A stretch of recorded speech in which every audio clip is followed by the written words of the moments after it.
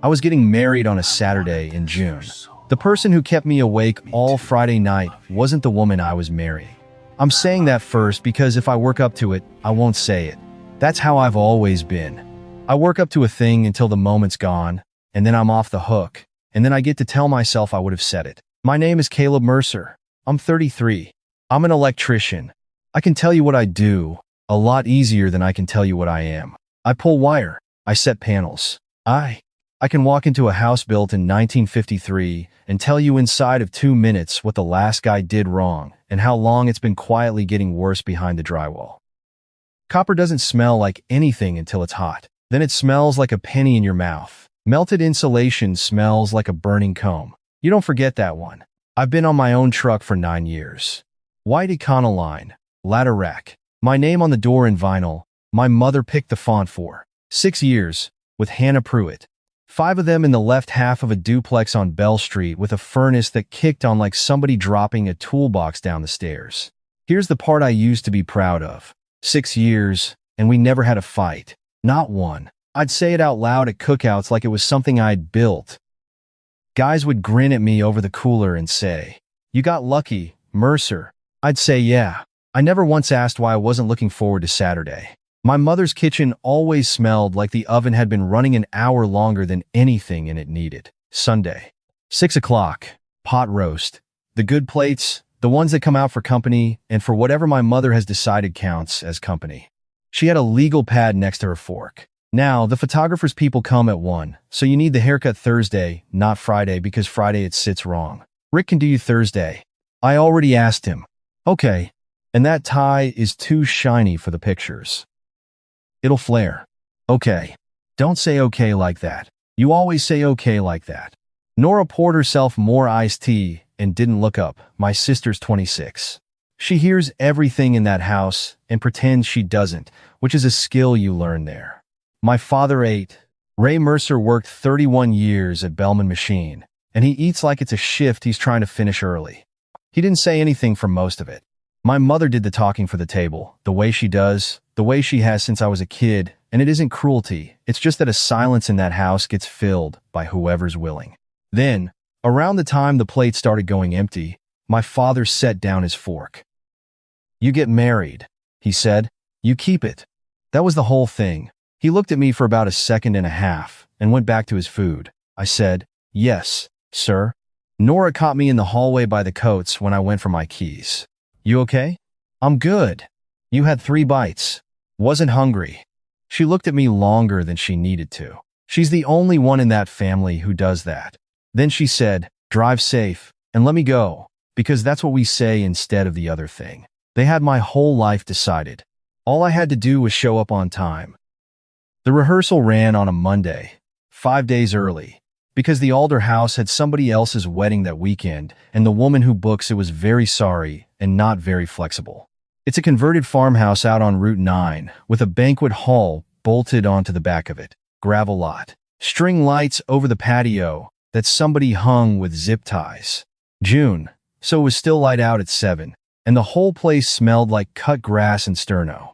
At 7:40, the east wing went dark, not the grid. I looked out at the lot, and the pole light across from the Knights of Columbus was still burning. Somebody in the hall said something about a storm. There wasn't a storm. I told Hannah's aunt to keep everybody in the front room, and I went down the basement stairs. It's a dirt and slab basement. Half of it poured in a decade when they didn't care what you poured, and it's about 10 degrees colder than it has any business being. Smells like a wet penny and mouse poison. The panel was a Federal Pacific. Anybody in my trade makes a face when they hear that. Breakers that don't always trip. 100 houses in this county still running on them because nothing's gone wrong yet, and nothing going wrong yet is not the same thing as safe. I got about 2 feet into looking at it before I lost my phone light. I hadn't charged it. That's on me. Then a beam came over my shoulder from the stairs. "You want the light on the left or the right?" Voice first. That's what I remember. A voice in a dark basement, pitched low, not in a hurry. "Left," I said, "and don't put it in my eyes. Then hold still. You keep moving like a guy about to run." "Oh." He came down and stood where I told him to stand, and he held the light steady, which almost nobody does. People want to help. They aim the light where they're looking instead of where you're working. You're the piano guy, I said. Rowan Vance. Caleb. I know. Your mother introduced you to the room twice. I got the cover off. 2 hours is what it took, in the end, and about 15 minutes of that was actual work. The rest was waiting on the fire marshal's guy to call me back about whether I could legally do what I was already doing. So, we talked. There wasn't anything else to do down there. He asked me how long I'd been in the trade. I told him.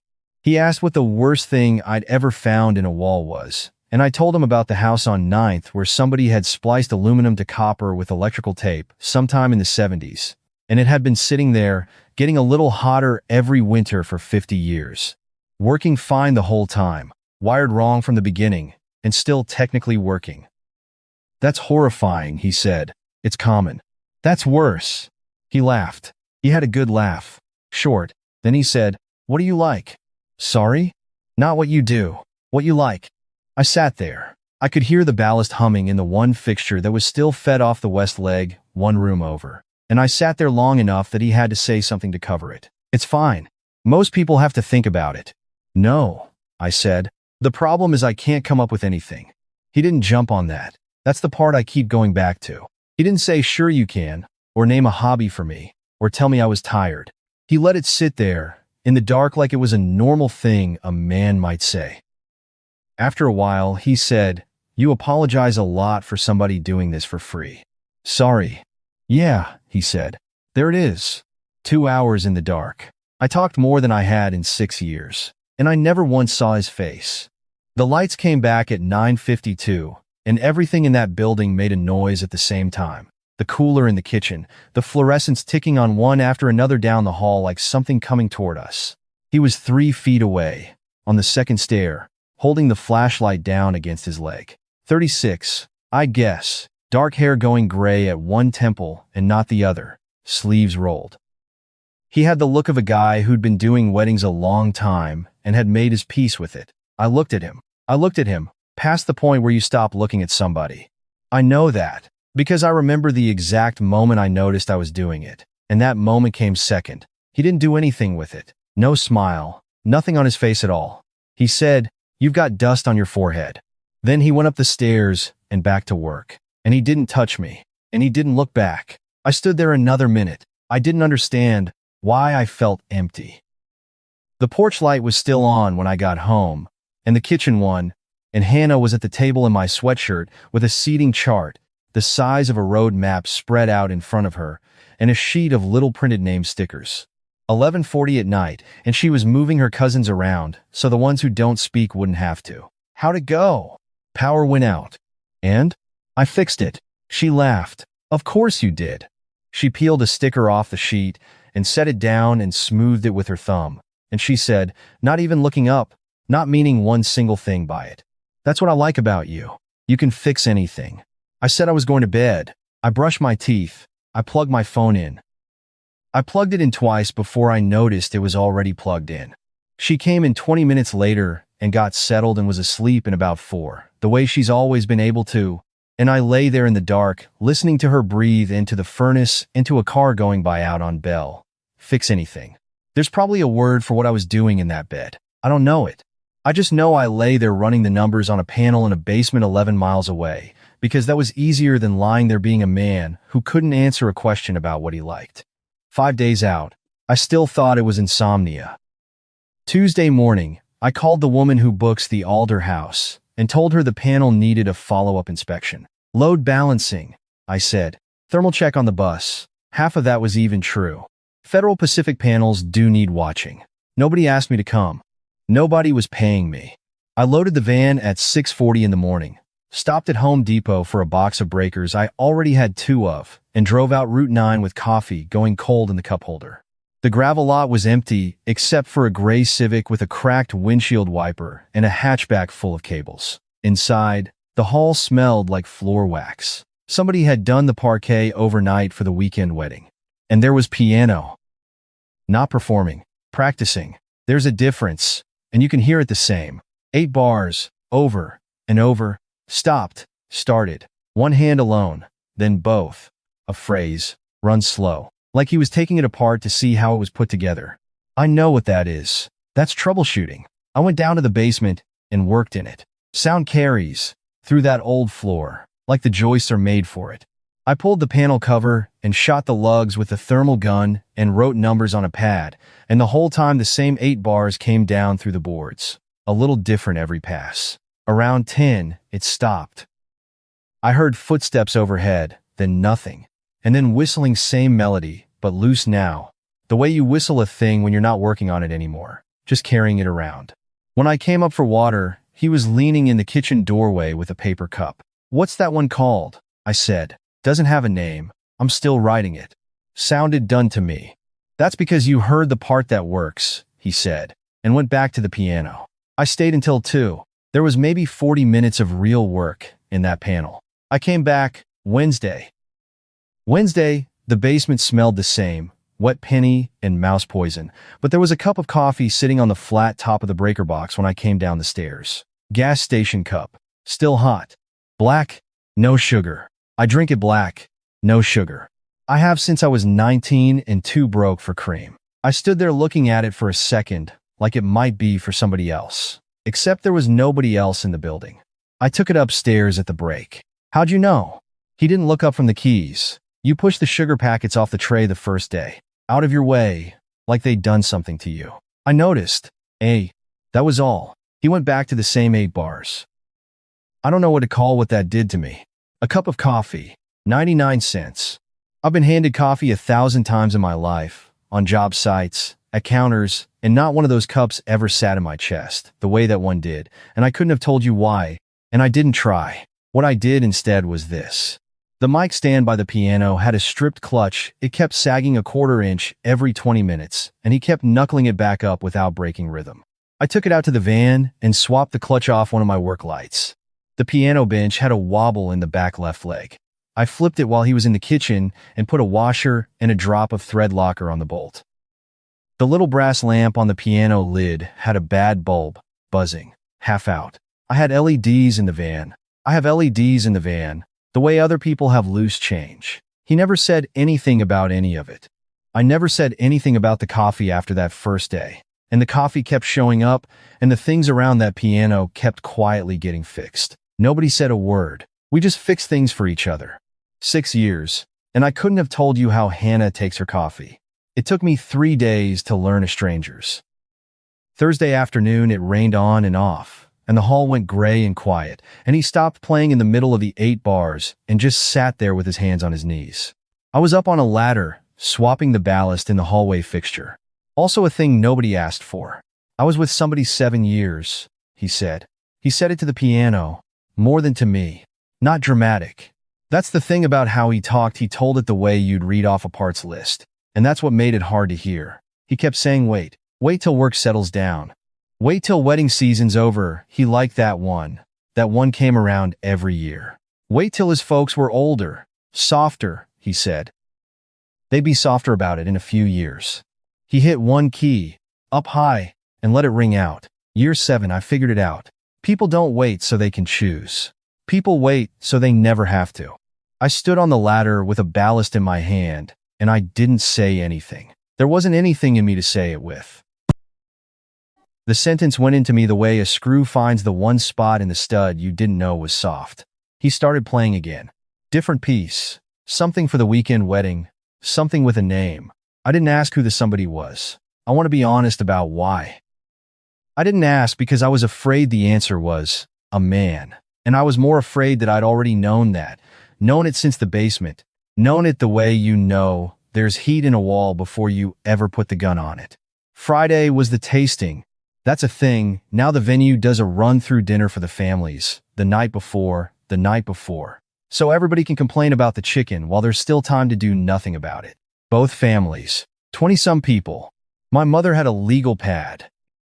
The caterer's crew was setting up the stage lighting for a look at the reception layout, and one of the servers, young, 20 maybe, hair in a net, went to move a power strip behind the stage skirting. And the whole east side of the room went white-blue for half a second, with a crack like a 2x4 snapping. She sat down hard. Not fell. Sat. The way you do when your legs get a vote before you do. The room did what rooms do. Everybody stood up at once, and nobody moved. I don't remember deciding anything. I was at the sub panel behind the stage before the second scream got out of anybody, and I threw the main, and the stage went dark, and then I was on my knees next to her on the parquet. Her hand was shaking. Left hand. There was a gray mark across 2 fingers. "Look at me," I said. "Not at your hand. At me." "One." She looked at me. "Can you breathe okay?" She nodded. "Say it out loud." "I can breathe." "Good. That's the whole job right now. Count with me." 1. We counted. Her heart was going to be fine. It was a low-amp bite off a faulted strip. Entrance and exit on the same hand. And I knew that from the mark. But she didn't know it. So we counted to 20, and I told her she was going to the clinic anyway to get looked at. Not because I was worried, but because that's the rule. And she laughed a little on the exhale, which is what you want. 2 minutes, maybe. Then it was over, and the room came back on around me. Everybody talking at once. When I stood up, they were all looking at me. Not at the server. At me. My mother had her hand flat on her chest. Hannah was pale and smiling at the same time. And my father was looking at me from the far table with an expression I hadn't seen aimed my direction since maybe high school, since a touchdown, something in that neighborhood. He came over while the caterer fussed. He put his hand on my shoulder, 1 clap, left it there for a second, took it back. "Good," he said. That's the most my father has said to me, with his hand involved, in about 15 years. And here's the truth I've had to carry since. Rowan was standing by the piano the whole time, off at the edge of the light. He watched the longest of anybody in that room, and he didn't hide it.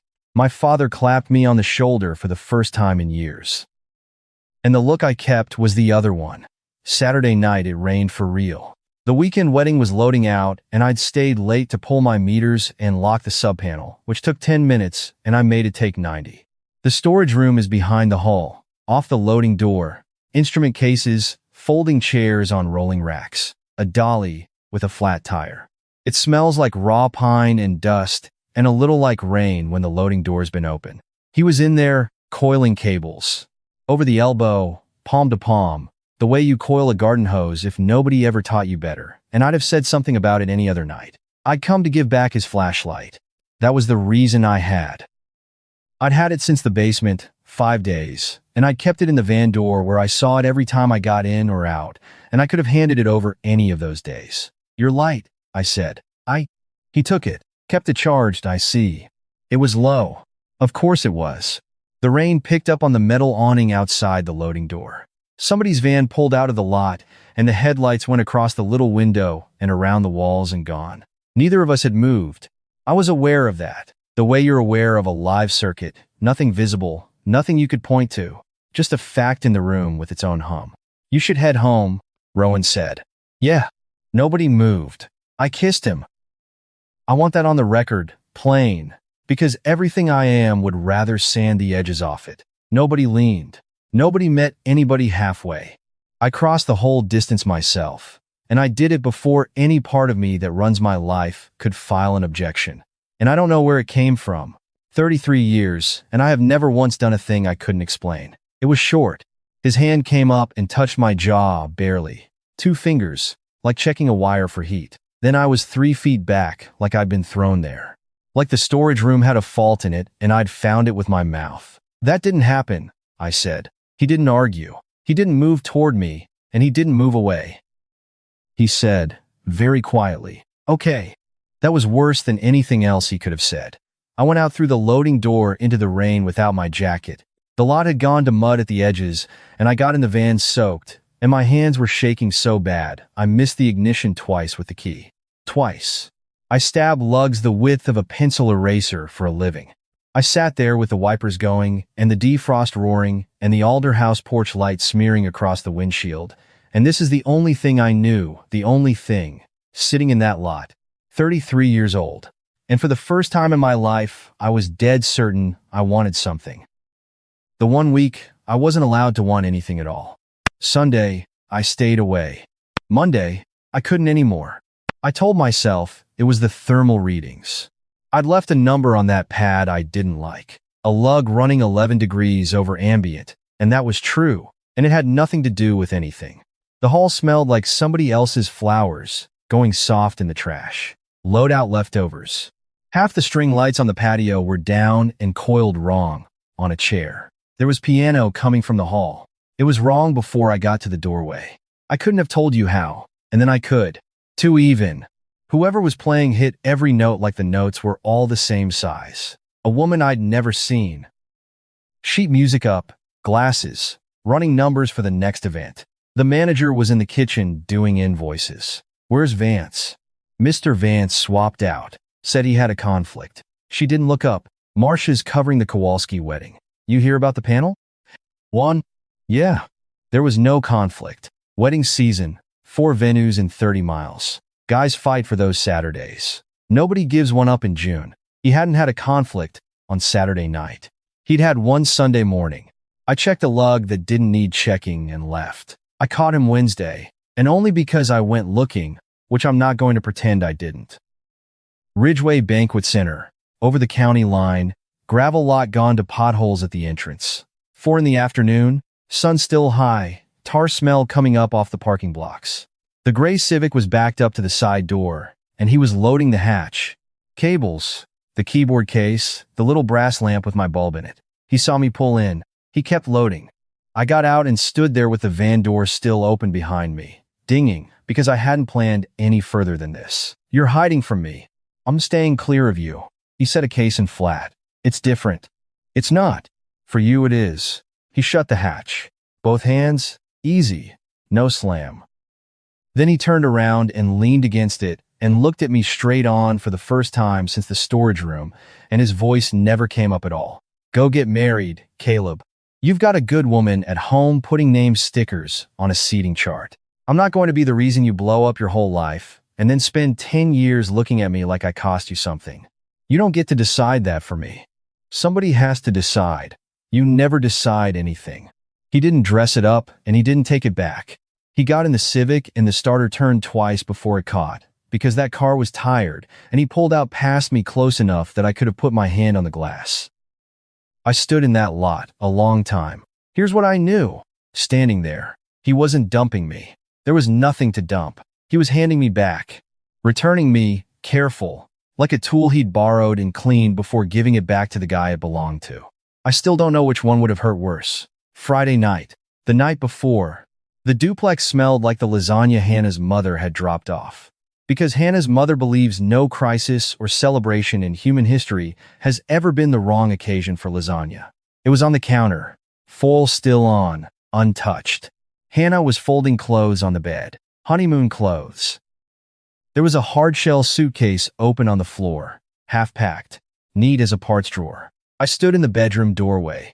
I'd been standing in doorways all week. "You remember when you fixed the breaker at my mom's house?" she said. She set it into the shirt she was folding. Even. No wind-up. "Yeah. 2 summers ago. Her panel kept tripping every time she ran the window unit and the microwave, and you were down there half the afternoon, and you came up all dusty." She smoothed the fold with her thumb, the same motion as the name stickers, and set the shirt in the case. "You smiled the whole rest of the day. You talked at dinner. You told my uncle a story." "Hannah, 6 years," she said. "I've never once seen you smile like that looking at me." The furnace wasn't running. Summer. So there was no sound in that house at all, except the suitcase zipper pocket she was fussing with, and a car going by out on Bell, and I stood in the doorway and did not say one word, because everything I had was a lie or an apology, and she deserved neither. She stopped folding. She sat down on the edge of the bed with her hands in her lap and looked at me, and she wasn't crying. I want that said. She never cried in front of me, not that night, and I don't believe it's because she didn't.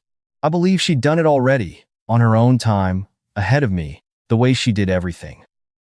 "I'm not angry," she said. "I'm tired.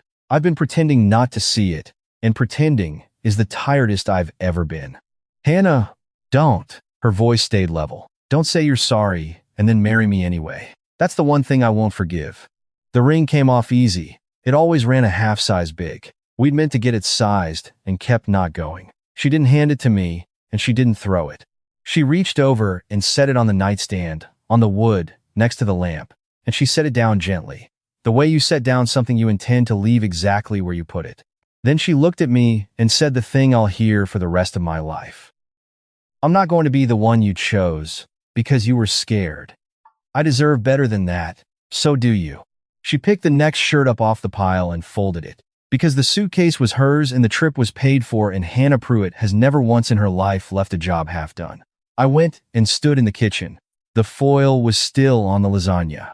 She handed me my freedom, like a gift, and I hadn't even been decent enough to reach for it myself. Saturday morning, I drove to my parents' house at 8, because the calls had to start by 9. 200 guests, some already on the road. The kitchen smelled like coffee and toast, and the toast was burnt, which in that house means my father made it. I stood at the end of the counter and said it plain. The wedding was off. Hannah's decision and mine. Mostly hers, because she was braver, but I didn't say that part. My mother came up out of her chair with the legal pad still in her hand. Off. She said it twice. Off, Caleb. There are 200 people. The Hendersons are driving from Columbus. The deposit, the hall, the caterer. Do you know what people are going to say? At church. Do you know what? She kept going. Deposits, phone trees, her sister. What people would say. What people would say. What people would say. I'm not going to lay it all out. She wasn't wrong about any single fact, and she wasn't asking about me, and both things were true at once. My mother has spent her whole life managing what people say, and it has made her fast and small in an emergency, and I stood there and took it because it was easier than what my father was doing. What my father was doing was nothing. He sat at the table with his burnt toast and his coffee, and he didn't say a word for a long time. Long enough that my mother ran down like a wind-up thing and stood there holding the pad. Then he said, "Because of the piano man?" Flat, not loud. 6 words in the burnt toast, quiet no. 5 words. I didn't answer. I hadn't said it out loud to anyone yet. Not Hannah, not myself, not the windshield of the van. And I couldn't get it up my throat. And I stood there in my parents' kitchen with my mouth open, like a breaker with a handle stuck between. My father waited exactly as long as it took to know I wasn't going to answer. Then he pushed his chair back and picked up his coffee and walked into the living room and turned on the TV. Golf. Volume low. He didn't look at me again. Not when I helped my mother start the calls. Not when I left an hour later. Not through the window when I backed out of the drive. He didn't hit me. He just sat down, turned on the TV, and never looked at me again that day. I'd have taken the hit. Sunday I went out to the Alder house to clear my gear, because it was mine and it was there, and there was nothing else on this earth for me to do. Nobody around. The manager had left the side door on the latch for me.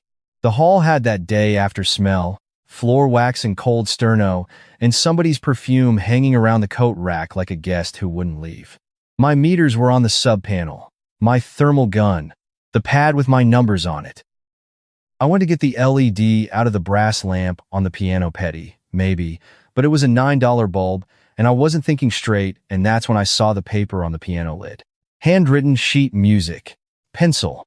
A full page, notes crowded and then spaced, crossed out and rewritten, the way my numbers look on a pad when a problem's fighting me. No title at the top. Just staff lines and that careful crowded pencil. And I can't read music, I want to be clear. I couldn't have hummed you one bar off that page. But in the margin, sideways, in the same pencil, in his handwriting, the one he whistled during the blackout. I stood there with the page in my hand for a while before it landed. I whistle when I work. I've been told my whole life. Every man who's ever stood next to me on a job has said it. You know you're doing that, Mercer? And I never do. I don't hear myself. It comes out of me when my hands are busy and my head goes quiet. And it is the only sound I make in this world that nobody asks me for. 2 hours in a dark basement. He couldn't see my face. And the whole time, without knowing it, I'd been handing him something, and he'd caught it, and he'd spent a week at that piano taking it apart and putting it back together to see how it worked. The same 8 bars, all week, over and over, one hand and then both. It was mine. I sat down on the storage room floor with the page in both hands, and the loading door was shut, and the rain was long gone, and there was nobody in the building, and I cried. First time in the whole thing, first time in years, if I'm honest. Not pretty. I sound like a shop vac with a bad bearing when I cry, which is maybe why I don't. He'd built a song out of me. Then he'd packed his car and given up his Saturdays and gone. and never even told me it existed.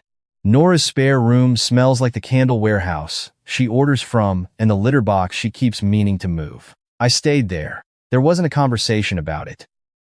I showed up Sunday night with a duffel and the tools I couldn't leave in the van overnight. And she looked at the duffel and looked at me and said, "Sheets are in the hall closet." And that was the whole negotiation. The first week, nobody called. I want to be exact about that, because it's the thing people don't tell you. There's no fight. There's no scene. The phone just goes quiet, and the quiet has a shape, and you learn the shape of it the way you learn a house in the dark. So I worked. I did my jobs during the day, and at night I fixed things nobody asked me to fix. I went through Nora's place outlet by outlet. 2 of them were wired backward, hot and neutral swapped, working fine, wrong since the day some guy put them in. I fixed those. I put a dimmer in her bedroom she didn't ask for. I fixed the porch light that had been dead since she moved in. Then I ran out of her house and started on the neighbors. Widower, 70-some, flickering kitchen fixture. Wouldn't take the work for free, so he paid me in tomatoes. I fixed things so I wouldn't have to sit still. The second week, my mother texted. One text. It was about the deposit. The Alder house was refunding half, and she needed my account number to route it. And did I still have the caterer's invoice? That was the text. I read it about 30 times looking for the other sentence, the one where she asked how I was living. It wasn't in there. I sent the account number. The third week, I wrote to Rowan. I wrote to him 7 times. I counted, because I'm telling this straight, or not at all. 7 different nights, sitting on the edge of a bed in a room that smelled like warehouse candles. Thumbs over the phone. The first one was 3 paragraphs. Too many words for a man who'd heard all my words already. The second one was 1 line, and the line was an apology. And I could hear him in my head, "You apologize a lot, so no." The third through the 6th I couldn't tell you. Versions. The 7th one just said, "I found the page." I didn't send that one either. I didn't send any of them. 7 drafts. 0 sent. You can put that on my headstone. It was a Tuesday night. 3rd week, 11 o'clock. And I was at Nora's kitchen table with the guts of her toaster spread out on a dish towel, because the toaster had started doing a thing. And Nora came in for water in her work hoodie and stood at the sink and watched me for a minute. Then she said, "Do you love him?" No wind-up. That's my sister, 26 years old, and the only person in our family who will just say the thing. I kept my eyes on the toaster. "I don't know what I am." "I didn't ask what you are." She turned around and leaned on the counter. "I asked if you love him." I sat there with a screwdriver in my hand. Here's what was true in that kitchen. I'd had 3 weeks. 3 weeks of the quietest nights of my life, and a folded page of pencil music in my jacket pocket. And I had turned the question over so many times in the dark that you'd think the answer would have been sitting right on top, worn smooth, easy to reach. It wasn't easy to reach. It was the hardest reach of my life. Because I knew that once it came out of my mouth, it was real. And real meant everything after it. And I've spent 33 years keeping things unreal, so I'd never have to do anything about them. Nora waited. She didn't fill it. She's the only Mercer who can stand a silence without feeding it. "Yes," I said, out loud, first time, to my little sister, in her kitchen, at 11 at night, over a broken toaster. Nobody wrote it down. No music came up.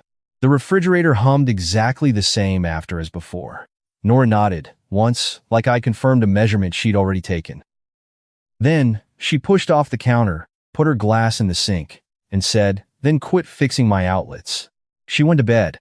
I sat there a long time with the toaster, in pieces. Finding him took 3 phone calls. I'd braced for worse. I think some part of me wanted worse, wanted a quest, wanted it to be hard so the hard could count for something. It took 11 minutes. Wedding season. A piano man doesn't disappear in June. He books. I called the Alder house first, and the manager said he'd pulled off their calendar entirely, and her voice put a little space around entirely that I didn't chase. I called the Grange Hall out on 30.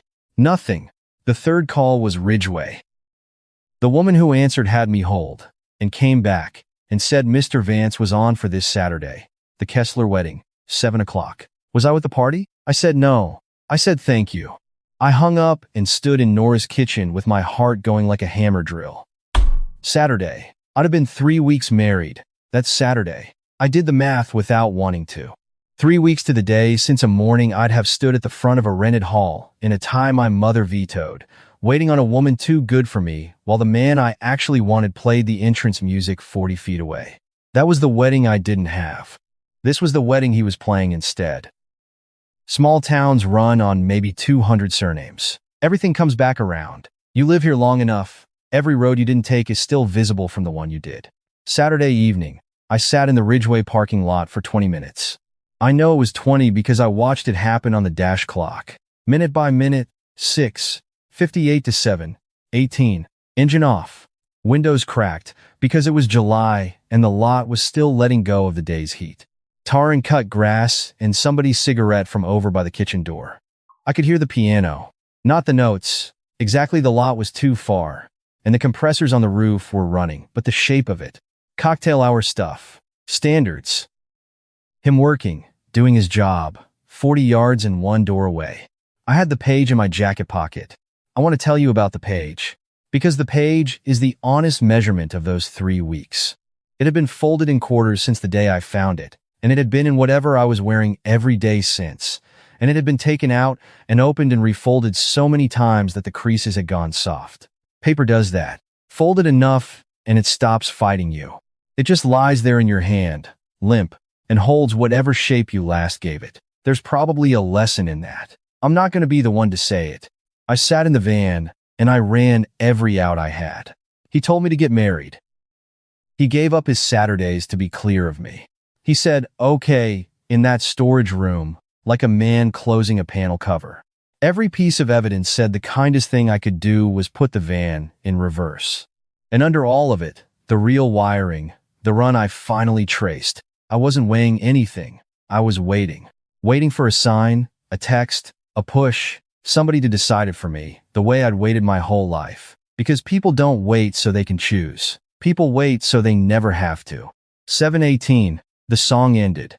Through the cracked window, the trade decided. Hannah decided, at the end, because I made her. Even Rowan decided, in a parking lot, for my own good. There was nobody left to do it for me.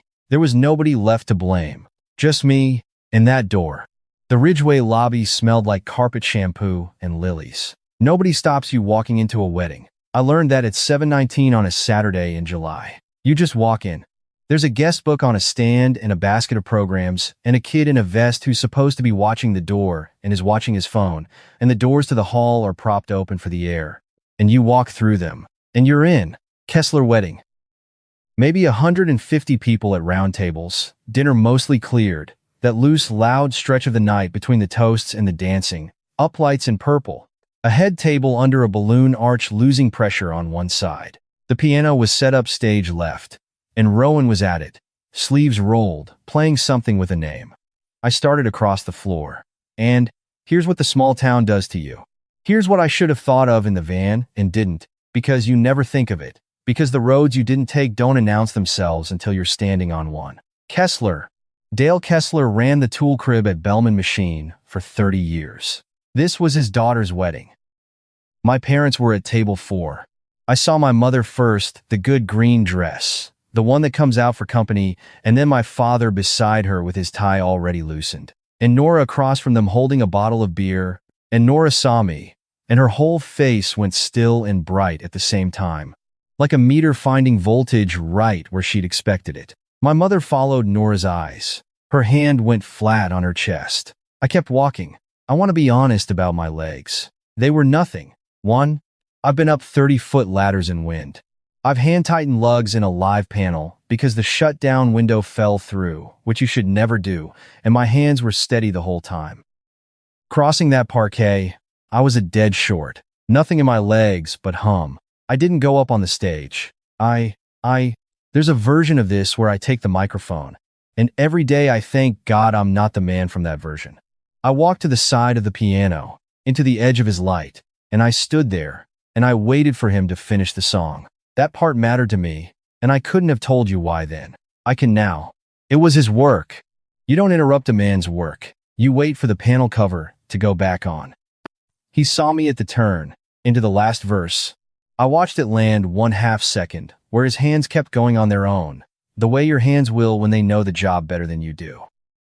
He finished. He let the last chord sit all the way down into quiet. Then he looked up at me and said nothing at all. The DJ leaned into his mic and said something about taking a short break, folks, and put on something canned and low, and that was Mercy, that little bit of noise, because the tables nearest us had already stopped talking. I took the page out of my jacket, folded in quarters, soft as cloth. I set it on the music stand in front of him, where 100 better words should have gone, and I held out my hand. No speech. I don't have speeches. I had one thing I could do. One, and it was the hardest thing I'd ever done, and it was this. Stand in a lit room in front of Dale Kessler and half a Bellman machine and my mother's whole church directory and my father and hold out my hand to a man and leave it out. Rowan looked at the page, then past my shoulder at table 4. He knew exactly who they were. Of course, he knew. He'd played my rehearsal, then back at me. And he asked me the only question that was ever worth anything. You sure? No, I said. But I'm choosing anyway. 3 seconds. I've timed shorter outages that felt longer. He took my hand. The room had gone quiet in rings, the way water goes still, nearest tables first. Somebody's fork was down. Somebody's chair had half turned. I heard my own blood in the canned music, and very clearly, from somewhere behind me, my mother saying my name once, small, like a held breath escaping. And then my father stood up. Table 4 was 40 feet away, and I heard the chair legs. Ray Mercer, 71 years old, 31 years at Bellman Machine, pushed back his chair and stood. And every person in that room who knew him, which was most of them, went quiet the rest of the way. Because everybody was thinking the same thing I was. He's leaving. He came around the table. He took 3 steps toward the middle of the floor. Then he stopped, and he stood there in his loosened tie with his jaw working once. And he said it to the room, not to me. To the room, in the flat, dry carry of a man who spent 3 decades making himself heard over machines. That's my son. That was all of it. 3 words. Not, I support him. Not a speech about love. Nothing anybody could put on a card. Just a fact, stated once, loud enough that nobody in that hall would ever be able to say they hadn't heard it, and hard enough that nobody laughed, and nobody was going to. Then, he sat back down and reached for his coffee. He didn't hug me. He didn't come the last 37 feet. That's the true part, and I wouldn't trade it for the movie version, because the movie version is somebody else's father. Mine gave me 3 words in the back of his gray head, and it was the most he'd said about me in public in my entire life. And my mother put her hand on his arm, and Nora raised her beer about 2 inches off the table in my direction. And the DJ, God bless that man forever, started the music back up. Rowan was still holding my hand. I turned to the nearest table, 6 strangers in wedding clothes staring up at us, and the old reflex loaded itself into my mouth. My buddy, the piano player. We go back the whole kit, sitting right there, worn smooth from a lifetime. This is Rowan, I said. I wasn't ever going to introduce him as my friend, which is only half a sentence, and grammatically, it barely stands up, and nobody at that table could have known what it cost. He knew. I felt it go through his hand. A year on, we got the second-floor apartment on Bell Street, 4 blocks down from the duplex, which is the kind of thing that happens in a town with 3 streets anybody wants to live on. Rowan plays early, 6:30, 7. Old building, and the neighbor below us is deaf in one ear and sleeps on the good one, so it works out. Most mornings, I wake up to the same piece coming through the floor of the spare room. And it has a name now. That piece. He finished it in October. He told me the name exactly once, quietly, with the coffee going, and I'm not going to repeat it here. Some things you get to keep. There's an outlet in our kitchen, left of the sink, that works its way loose. Old box, worn strap, the whole wall's a little tired. I've tightened it 3 times this month. I know it'll back off again. The right fix is opening the wall, and someday I will. And in the meantime, I take the plate off every couple weeks and snug the screws and put it back. I used to think that meant something was wrong. Now I think that's just what holding on to anything is. You don't fix it once. You keep showing up with the screwdriver. My mother calls on Sundays. She's still careful on the phone, still finds her way to the weather and my truck and whether we're eating, and she has said Rowan's name out loud a total of maybe 6 times. And each one costs her something, and each one she pays. Last month, she asked if he liked pot roast. That's the frontier where we currently are. I'll take it. My father and I talk about the same things we always talked about, which is to say torque specs and the Browns. He's never said another word about that night at the Ridgeway. He doesn't have to. 3 words, once, in public. In my family. That's a monument. You don't ask a monument to also do a podcast. Nora comes for dinner Thursdays, brings the beer, calls our place a fire hazard, which, professionally speaking, it is not, and I have the thermal readings to prove it, and she knows I have them, which is why she says it. And at New Year's, a card came, Hannah's handwriting, on the envelope, and inside, printed, Happy New Year from our house to yours, and 2 signatures, hers, and a name I didn't know. I stood at the counter with it for a while. Then I put it up on the fridge with the pizza magnet, where it still is. I'm glad for her. All the way down, no splinter in it. Out of everything I did in that whole mess, there's exactly one thing I got right, and it wasn't brave and it wasn't pretty. I didn't take 6 more years from her. She gave me that, really. She saw to it, but I didn't fight her for the lie. And some nights, that's the only credit I'll allow myself. And it's enough to sleep on. People ask me, sometimes people find out the story, town this size when I knew what I am, when I figured it out, what the word for me is. I still can't answer that. There's probably a word. I don't know it, and I've stopped apologizing for not knowing it, which took some doing, and a few long talks in a parked car with a patient man. Because here's the thing nobody warns you about. What changed that night in the Ridgeway wasn't what I am. What changed is that for the first time in 33 years, I chose instead of standing still while somebody chose for me. Rowan's playing right now, actually. Same piece. Floor's carrying it up through my feet while I stand here with a screwdriver, snugging that outlet by the sink. 4th time this month. And for the first time in my life, I'm not lonely.